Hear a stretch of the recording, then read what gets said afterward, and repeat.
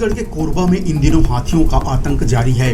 कोरबा शहर के नजदीक जंगली हाथी पहुंच गए हैं। हरदी बाजार के रेकी के पास विचरण करते हुए 1 दर्जन हाथियों का झुंड और 6 नन्हे शावक नजर आए।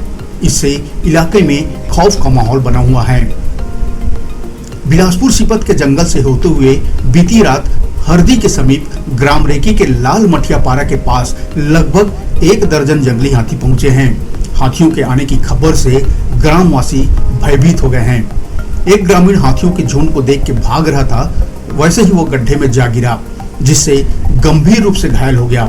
108 के माध्यम से उसे अस्पताल रवाना किया गया।